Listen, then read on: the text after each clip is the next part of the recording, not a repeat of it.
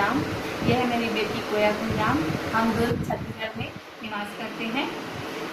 Lockdown के समय मेरी बिटिया का तबीयत जो है 3-4 महीने से लगातार ख़राब हो गया था। बहुत ही ज़्यादा सर्दी खांसी जुकाम से पीड़ित हो गई थी।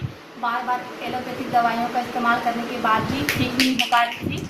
ऐसे में जो है हमारे जो डॉक्टर हैं, मैंने उनसे कंसल्ट किया, उनको फ़ोन पर बताई कि ऐसी ऐसी परेशानी है सर, लेकिन उन्होंने भी कह दिया कि बेटिया का जो है हम लॉकडाउन के समय भी इलाज नहीं कर सकते, आपको अगर ज़्यादा परेशानी है तो आप सरकारी अस्पताल ले जाओ।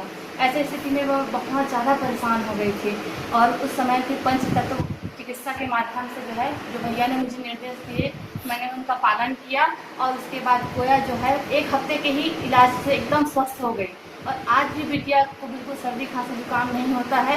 थोड़ा सा भी अगर लक्षण दिखता है तो मैं पंचतत्व चिकित्सा के माध्यम से इसका ट्रीटमेंट कर देती हूँ और इस तरह से पंचतत्व चिकित्सा न केवल मेरी बच्ची को ठीक किया है बल्कि हमें और हमारे परिवार को भी आज ठीक करने में बहुत बड़ी भूमिका निभा रहा है।